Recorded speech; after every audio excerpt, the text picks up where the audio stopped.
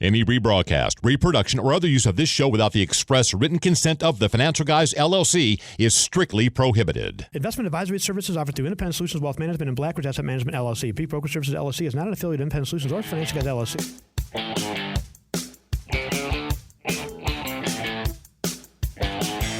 Welcome to TFG Truth with Mike Hayflick and Mike Sparazza, where our goal each and every week is to report facts, expose hypocrisy, and espouse common sense. Today we're pleased to have the return of Erie County Comptroller Stefan Mychajliw. Hey Stefan, welcome back. Thank you for having me. Greatly appreciate it. No, it's our pleasure. What's happening in Erie County, New York right now?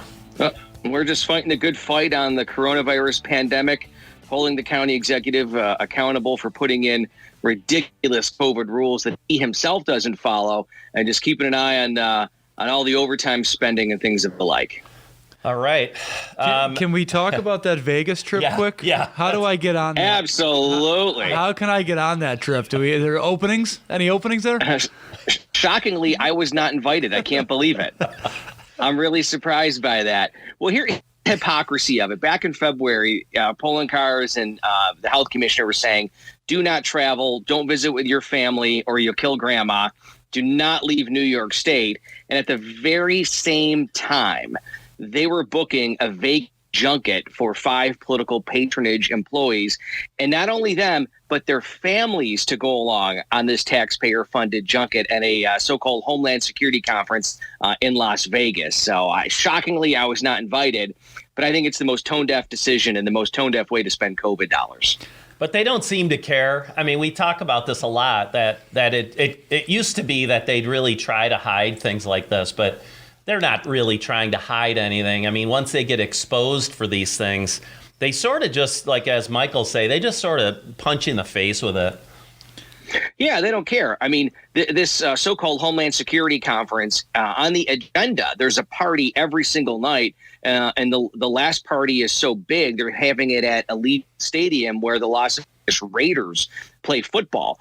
And the suites where these patronage employees are staying in, the conference website says there's Roman bathtubs and all tile in bathrooms. And I mean, they're going to live pretty high on the hog in Las Vegas. And again, if this were a legitimate government conference, why are these people bringing along their family? Which also raises legal issues. Right. What's going to happen if they get in an accident in an Uber, or if they get in an accident at the hotel? County taxpayers might be on the hook for that. It's just a tone-deaf message telling you not to go out, telling you not to travel, but they're going to live it up in Vegas. Right. Why don't you just show up and see if you get invited into the festivities? Yeah, I don't know if that would be taking place. And again, the last place on planet Earth I'd rather be is partying it up with polling cars patronage employees, whether it's Las Vegas or Sloan. I'll pass. Come on, he's likely to have his guitar with him. Even more reason to stay home. I'll tell you what, though. I am happy to hear that Vegas is not a super spreader, because I miss going to Las Vegas. My wife and I used to go every year, so I'm just glad to hear it's clean, it's easy to go to now, and there's no super spreading going on there. It's a good thing. Well, apparently you cannot catch COVID in Vegas as long as you're a polling car's patronage employee. But if you go to a bar at 11:01 p.m., you're going to drop dead from COVID. Especially in Buffalo. Buffalo bars are COVID super spreaders. You'll be doomed. Right. No question. Hey, so the Buffalo Bills, I'm looking forward to a great season. Led by Josh Allen, of course. They seem to be retaining all sorts of great players. A draft of getting these mountainous human beings, it seems, to shore up both offensive and defensive lines and so forth. But the schedule just came out, or it's coming out, and at least a little bit of a sneak peek is that the Pittsburgh Steelers will be here on September 12th, a 1 p.m. start. But with all that excitement that I think a lot of people are feeling, we're also feeling a little bit dejected and a little bit, almost like our liberties are continuing to be taken away, because Erie County seems to continue to hold on to this idea that vaccines will be required of every spectator at Bills games. And Mike and I wonder, and we want your opinion of this, when does this chaos, this insanity end? And is that even legal? Yeah, that's another question. Yeah, is that even legal? First, is it legal? Like HIPAA, don't HIPAA laws require that you can keep your private health situations private? Well, Governor Cuomo slapped around Mark Poloncarz the nanosecond he put out this ridiculous so-called mandate or order that all fans had to be vaccinated. Clearly, the county is desperate for whatever reason they have to get as many people vaccinated as possible, and now they're resorting to threats. If you don't get vaccinated, you can't go to a Bills game. And now at UB or state schools, if you don't get vaccinated, you can't go to school. Mm-hmm. Where does it end? Whereas, okay, if you're not vaccinated, you can't go to church. If you're not vaccinated, you can't go to a store. And I think the danger here is the slippery slope of, okay, where's the line in the sand? Where does it end? If you're not vaccinated, you can't go to a school or a store or church or bar or a restaurant. And the county's so desperate, they're even giving out vaccinations at home. If you want a vaccination, they'll come to your house and give you a vaccination. And look, my personal opinion, it's a very private. People can talk to their physicians, their loved ones, their families, and they can decide whether or not they want to get vaccinated. It's a very personal decision. But we're dangerously creeping to mimicking communist and socialist regimes when the government is dictating where we can even go based on a vaccine or medical choices. Stefan, let me go back to that real quick because you're right. Cuomo did slap Poloncarz around a couple weeks ago, but then Cuomo was the one that came out this week actually and said any SUNY students need to have vaccines, right? That was a Cuomo thing, not a Poloncarz thing. Is that correct? That's correct. That's my understanding. That came from New York State, but that's exactly how you build herd immunity. You combine non-vaccinated people with vaccinated people, and that way we can get rid of this, dangerous and deadly disease in a faster manner. So it just makes no sense. And look, I always say I don't trust the government running a 2-car funeral, and I certainly don't want government dictating to me where I can and cannot go based on my health choices. That's for me and my family. So it continues, though, because every time that we think we've turned a corner, something like this comes up again. And it seems like only litigation is what stops this. Because, doesn't Cuomo have all of the powers that he had, like when this virus began, this pandemic began? The Assembly and the Senate seem to do nothing in New York State to stop him from having all this power. Even amidst this nursing home crisis still that is still under many investigations, even amidst the sexual harassment allegations, the abuse charges against him, he still has unlimited power, doesn't he? That's correct. The Assembly and the Senate, which is run by New York City Democrats, it's all-encompassing power to New York City Democrats.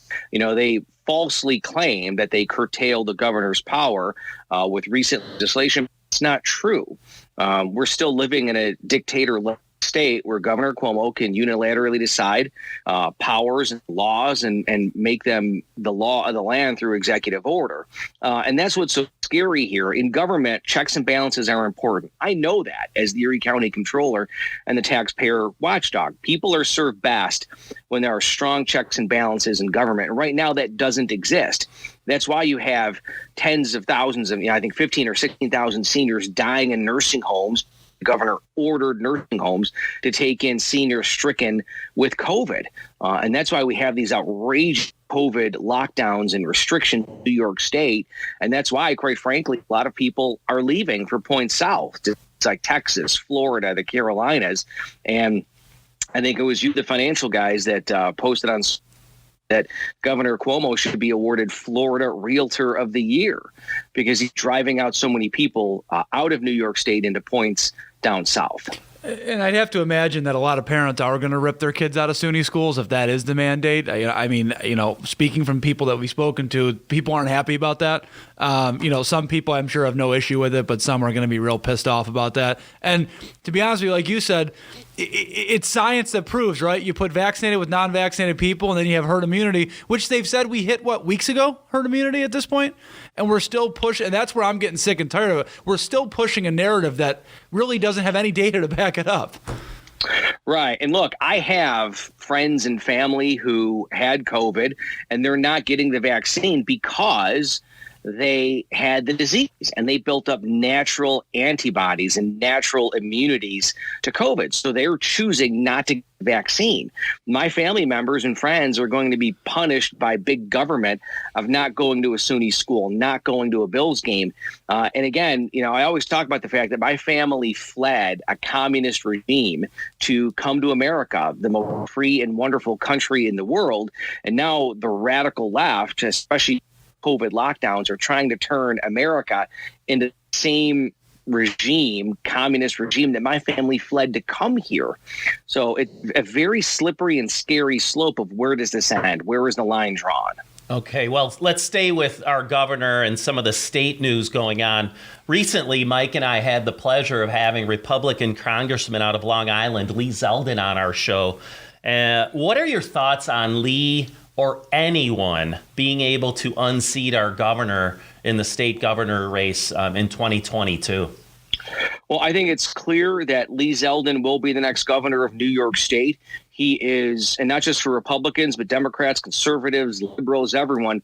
Lee Zeldin is our best shot at beating Governor Cuomo in 2022. And make no mistake, Governor Cuomo is going to run for office again. Lee is a combat veteran, a family man from New York City. He has a courage, convictions, and I think New York State will be a much better place with Lee Zeldin as governor. One thing that's most important, there's a saying in politics about fundraising. Two types of political candidates: those who raise money and those who lose.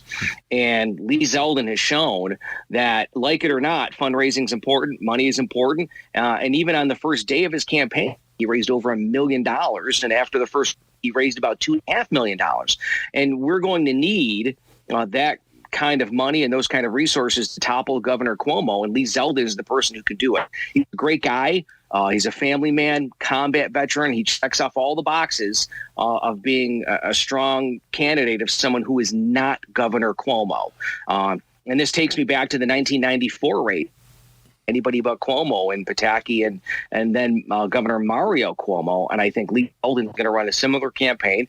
And I'm confident that Lee's message is going to resonate across New York State, and he will be our next governor. How does he handle New York City, though, in your opinion? Well, that's where he's from. I mean, that's his base. And I think that's a really important note to make, that you cannot win statewide without winning 30% of the vote in New York City.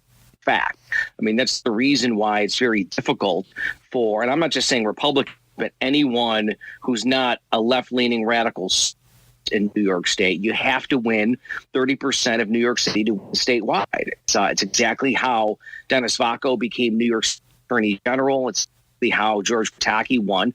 And I think the positive with Lee Zeldin is that that's his base downstate, and he's also going to have the resources in New York City. I mean, if you look at the past gubernatorial campaigns, the Republican candidate has won a far big majority of all the counties in New York State, but they get crushed in New York City. And I think that's going to change with Lee Zeldin.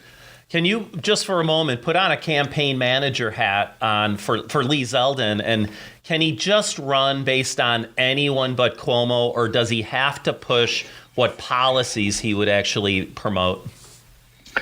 Well, I think it's exactly, Mike, you hit the nail on the head. It's a two-pronged approach. You can't just tell everyone, hey, I'm not Andrew Cuomo. I mean, that will resonate with people who are angry about the direction of the state.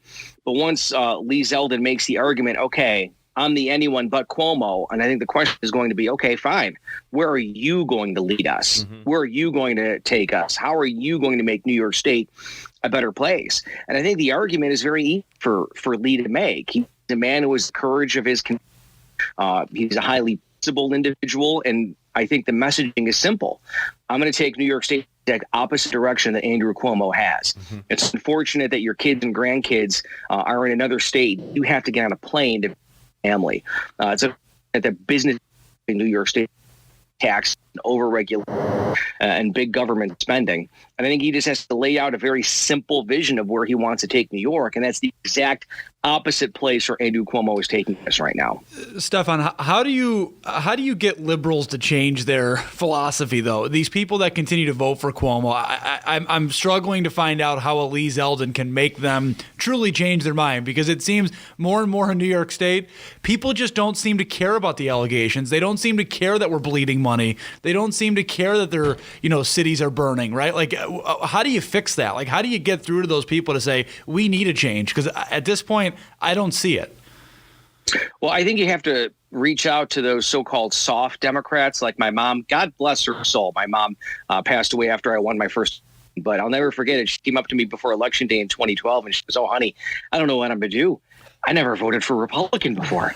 And I thought, if my mother's not voting for me, I'm in trouble. But I think there's a lot of reasonable Democrats and liberals who are saying enough. And I think that's why the messaging has to be about families and about how everything that's happening in New York State is impacting people in a negative way personally, that you have to get on a plane to go see your grandkids and your kids in person. Or if you want to see them at all, it's got to be over Zoom or a phone call. That drive down your streets. Are we better off now than we were 4 years ago? And the answer is no. And it's going to take, and look, the worst part of politics is having to raise money, but it's a necessary evil and you have to do it to win.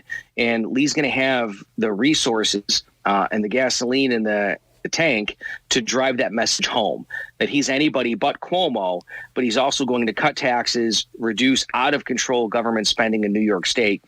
And he's going to create a culture where you don't have to think about leaving New York, where this is home and this is where we can stay, and not just survive, but actually thrive. And that's one thing too that I keep saying this weekly, I feel like, but I don't understand how people can't do the math, right? What we're doing right now is not a winning, formula. It can't continue, right? I mean, you're right. Like I said, you're bleeding money and you're losing tax revenue. The only possible solution is to tax more. Is that right? I mean, you're a money guy. I'll give you that response, but I mean, unfortunately, that's the problem with big government, especially in New York City.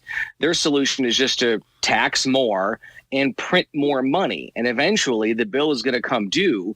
And what's going to happen is you're going to have high income earners just leave New York State. They'll go to Florida where there's no state tax. And eventually what's going to happen? All of us stuck in the middle and all of us stuck, quite frankly, in New York State, we're the ones who are going to be stuck with the bill. And so that's why I think Lee Zeldin really does have a strong chance of winning in 2022 against Governor Cuomo. But he can make the argument, look, if we don't stop what we're doing and chart a different course, it will be the end of families in New York State as we know it. And it's already begun. I mean, look what's happening. Our population, then that changes how many reps we get in the House. All of these things continue to happen, and there's absolutely no sign that people are going to be cajoled or encouraged to stay in New York, much less come back to New York if they've already left. Let's go to a bit of a national conversation. Mike and I were reminiscing about the Joe Biden campaign and the America Jobs First, Building Back Better, Stefan, Building Back Better. Let me just go through a number of things going on in the world right now. The border crisis continues. In fact, there was a tenfold increase from last April to this past April in migrant encounters at the border. I have those numbers right here. Actually, I can give you the exact number. 17,106, and now we're up to 178,622. Yeah, and these numbers are not going down. Yep. So clearly, Mr. Biden and his, I guess his leader at the border, Kamala Harris, are not addressing what's going on down there. There's a disrespect now, even further disrespect of Israel, and tension now in the Middle East. In fact, Hamas launching rockets, Israel bombing Gaza. These things were not happening under Trump. Gas shortages. There was a hack of the Colonial Pipeline, which is affecting multiple states down south, where anywhere from 6 to 10% of gas stations are running out of gas. So, I mean, that made me think of President Carter in those mid-'70s that we all experienced, and lines at these pumps.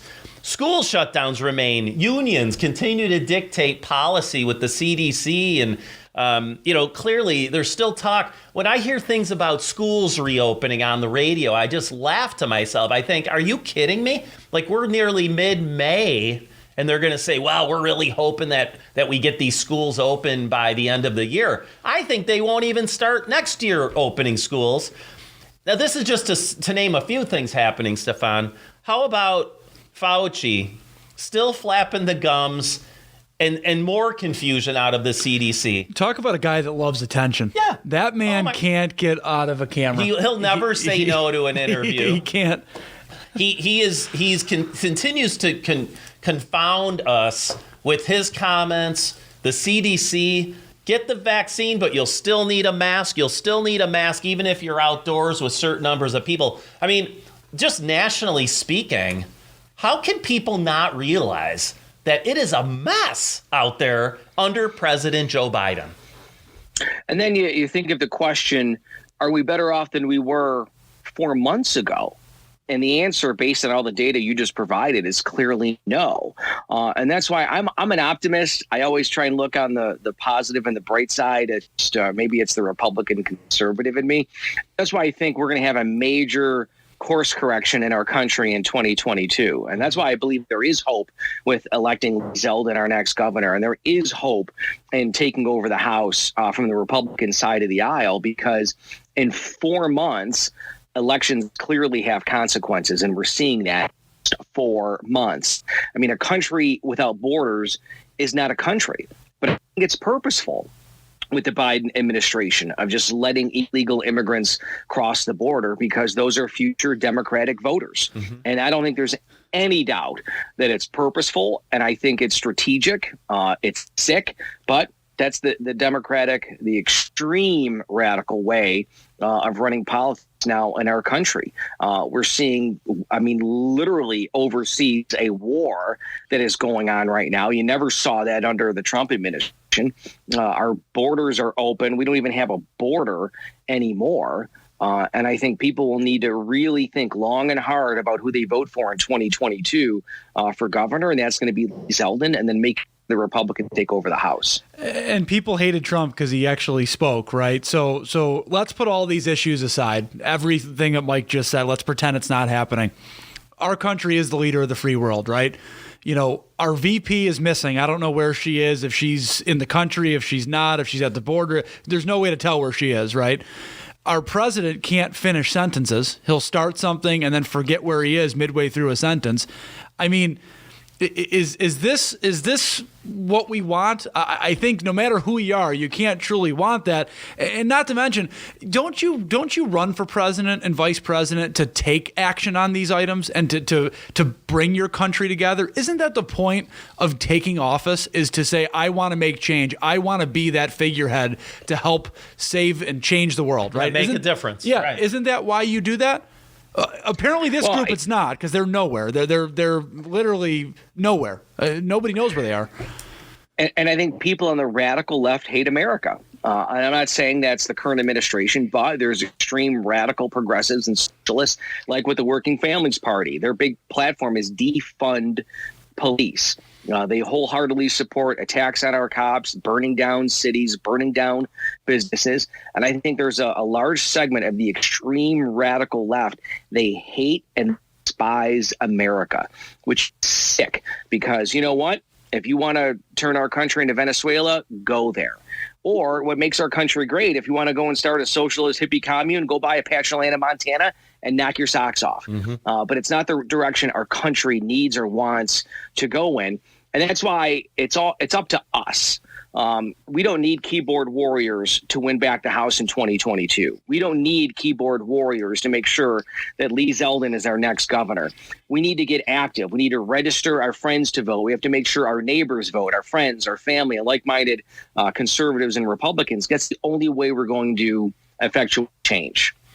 No, we need people like you, Stefan, to continue to talk about the things you talk about so eloquently, by the way. And we need people like Jeff Daniels down in Cochise County, Arizona, promoting the idea that we need safe borders. Chris Nacco down in Florida, right? We need guys like him. In fact, you mentioned the defunding the police. Here's like completely opposite of that approach. Governor DeSantis in Florida literally giving $1,000 bonuses to his police officers and first responders in appreciation of what they do. Don't you get jealous every time that guy holds a news conference? I'll tell you what. It's unbelievable. Every time he opens his mouth, I'm like, oh, God. I'd like to see him in Congress someday as a senator or even maybe as president someday. I think it would be an extremely welcome relief to many conservatives out there to see the approach he takes. He takes such a very deliberate and a very proactive approach to so many of these problems. I mean, within a day or two of hearing of an issue, he has already solved it by creating a new policy to fix something. I mean, he seems like an incredible guy. Well, and I think it's partly because he takes a stand and makes a decision and doesn't pussyfoot around, right? I mean, he just makes a decision and goes with it, and what he feels is right. What he did with COVID is a great example that he put his foot in the ground and said, I'm going to go forward with this strategy, right. and made that right away. Didn't wait till July or August. Right. Didn't have to fudge numbers. Right. I think that's what I want in New York, is someone that's going to, and President Trump was the same way. You may not like him, you may not, agree with him, but the guy wanted what's best for his country, in DeSantis' case, his state, and he just went with it. Yeah, and I think that goes a long way. And schools were open last August in Florida. Right. Restaurants were open last fall to almost full capacity. And safely, by the way. And safely. Numbers show that. So going back to data, the data shows that the Florida approach was absolutely fine. It absolutely worked. And look, if you like Ron DeSantis in Florida, you're going to love Lee Zeldin as the governor of New York. Mm-hmm. If we want that kind of leadership here in the Empire State, then Lee Zeldin is our guy. When you talk about being a decisive leader, he's a combat veteran and had to make very difficult decisions protecting, freedom here at home and around the world under very extenuating warlike circumstances. And if we want that kind of leader in New York, then Lee Zeldin's our guy. Yeah, agreed. One thing before we're going to finish up, Stefan, just to go back to the vaccines for a second. Are we still wasting vaccines in New York? Is that part of the reason there's this we're going to go to your house message, or is that just because they want to get as many people vaccinated as they can? I think they're just desperate for whatever reason.